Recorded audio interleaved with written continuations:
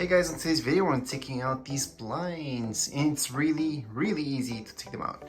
So I do want to show you how they look like when you take them out. So I already did this side and that's what it's going to look like. So then we have to take out the screws. That's just a heads up of what's going to happen. Now let's just get started. So we're just going to lift them up first. Then you have this little piece. Not everybody has this piece, but most blinds do. Oh, I just broke it. Anyways, there we go, let's just take it out. All right, then just slide this to the side or take it out, same thing. And then from here, you're gonna see this piece. That piece you just slide out and there we go. You're gonna do that in this side as well. So we're gonna slide this one out. This one you have to apply some pressure. So 2 hands, it's easier. And from there, you literally just pull it towards you and it's out.